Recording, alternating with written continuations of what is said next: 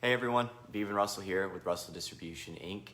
And today I want to talk about something that's relatively new for a lot of you. The application of it's not. There's a lot of discrepancy over it, but let's go over the term that a lot of people use out there is stem cell. Well, that's not proper or medically correct. We can't culture in the United States.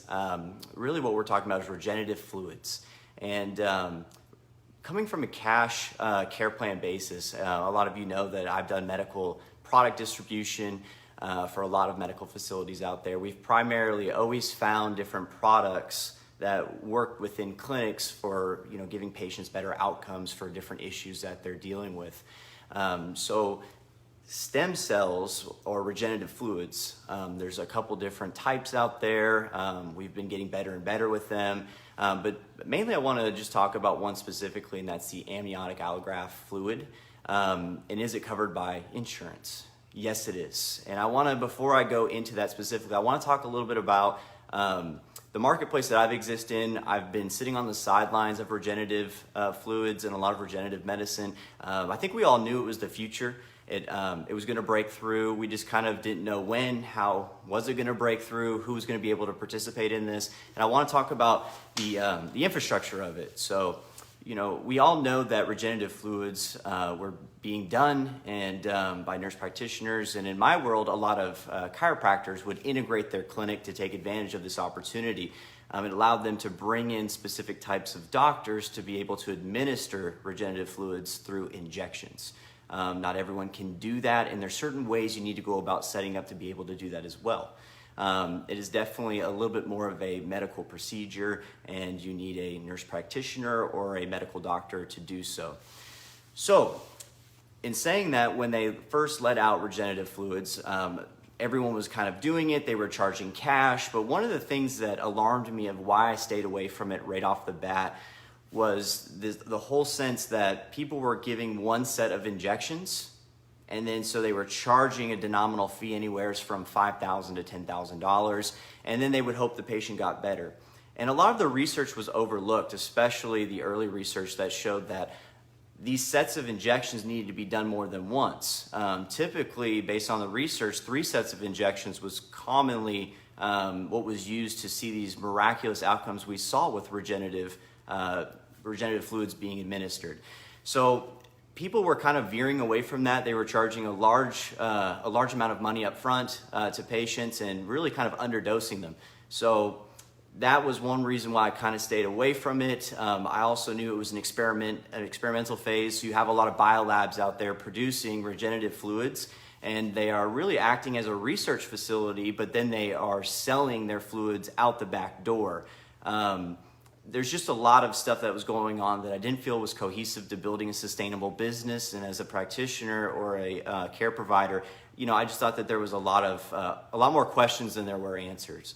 So now let's go into what's happened recently. So there's a thing called a Q code. A Q code is individually given to a manufacturer for a specific product. Now, this is a great strategy. This made a lot of sense to me.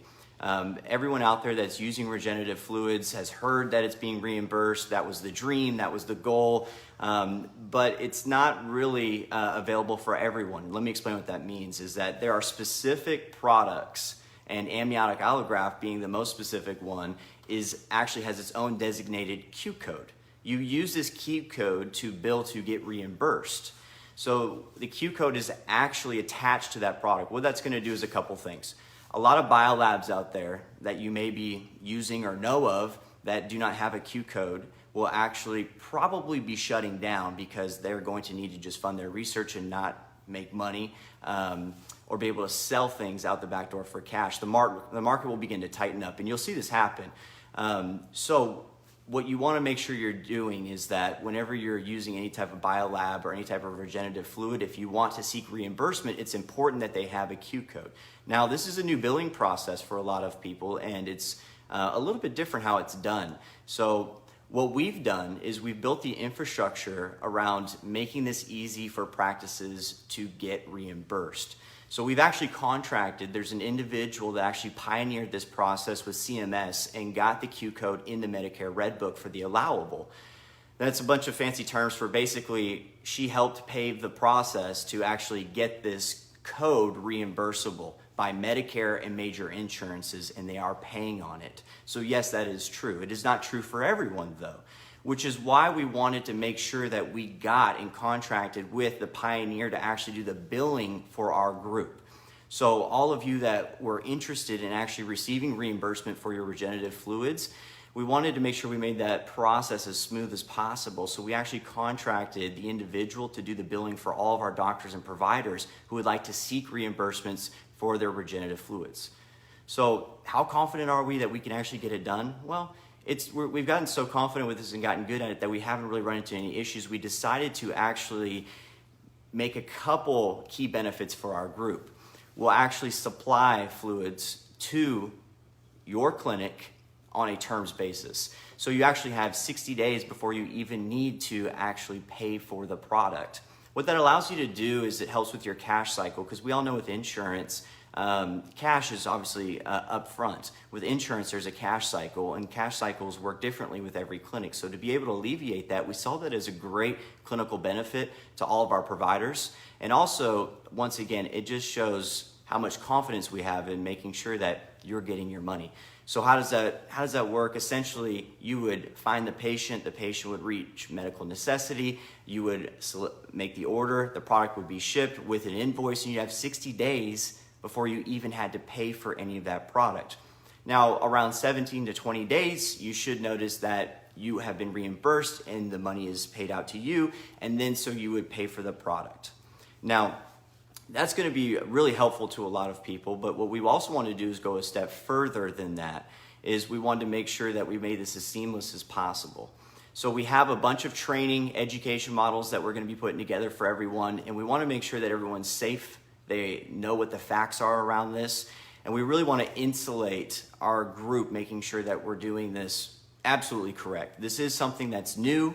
It is going to cover pretty much many different types of care because it's so widespread. So how can you use these different fluids? Well, actually, if you're dealing with any type of chronic pain or inflammation and there's medical necessity, you can use it. So those of you that are doing care plans for degenerative knee, plantar fasciitis, neuropathy, any type of chronic joint pain, really Medicare and the insurances are really designating this as being the first step before we go to any type of surgery or any type of prescription-based narcotics.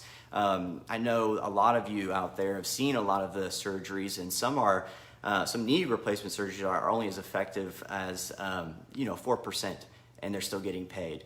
There's many drugs that are killing a lot of people and giving a lot of bad other issues with the drugs, and then you need to take more drugs. So there's a lot of wasted money out there, and really they're looking at this to curb a lot of that. So this is going to be a widespread opportunity. What we're doing is we're working with physicians and clinics to make sure that they get the facts, they understand the EOBs, they understand the opportunity, but they also understand the responsibility around this. And you're going to see a lot of biolabs here in the future begin to close their doors. So we want to make sure that you can be able to offer this awesome opportunity to your patients, not only the ones that usually can afford your services, but the ones that can't. Primarily in our business, with the cash care plans, is we've stepped over a lot of insurance patients that can't afford services, and unfortunately we have to turn them away if they can't qualify for financing or they can't pay for their care plan. I think this is a really unique opportunity for a lot of you out there, and I know a lot of you have spent a lot of time integrating your clinics, and I know I have some providers out there that are MDs as well that may not know about this, but this is the future of regenerative medicine, and I'm really happy to be a part of it in a way that I think is not only fair to the patient but fair to the provider. And it's being executed based on the studies and the therapeutic dosage that was supposed to be given from the beginning. So I'll have a couple more little pieces I'm going to do, but I just wanted to do a soft introduction. I know that some of you have seen the emails that have gone out. I know a lot of you have a lot of questions. There's a lot of talk about regenerative medicine, the future. So if you want, you can book a call. We'll actually spend some time with you. We'll go through this whole new Q coding process. What does that look like? What does it entail? What is the product? what is the effectivity rate, the application process, and we also have some strategic partners we brought on board to help with developing protocols. How do you actually find these patients? I'm sure that you already know you have thousands of them that you've had to move past because they haven't been able to afford services. So anyways, I want to thank you, and we're actually decorating. We have a Halloween party tomorrow, so my wife's and my mom are very big into Halloween, so this is nothing compared to what's all around me that you can't see. But anyways, I'm really excited to share this opportunity with everyone, but my goal is to make this as seamless as possible. You're gonna see a lot of groups out there trying to, coach on this or offer this and offer that and put a big price tag on it. You don't have to fall for it. This is standardized pricing. The reimbursements are standardized. They're very healthy, by the way, not to mention with multiple sets of injections being allowed. This is a huge opportunity. There's no reason why you can't instrument in your practice, and we've made it and outlined it so you don't have to be a single penny out of pocket before you see a dollar come into your bank account, which I think is really unique. I know it's gonna flip a lot of things on their head, and there's a lot of groups out there that I know are gonna be charging price tags for this opportunity. We are not. We wanna get you up, we wanna get you rolling, we wanna make sure that everything's processed properly, and we wanna make sure that we make it just something that you can bring into your patient base and get it in their hands as easy as possible. So anyways, more to come. Book a call. I put the link on there if you want. We can do the call and go over everything. And happy Halloween to everyone. Thanks. Bye.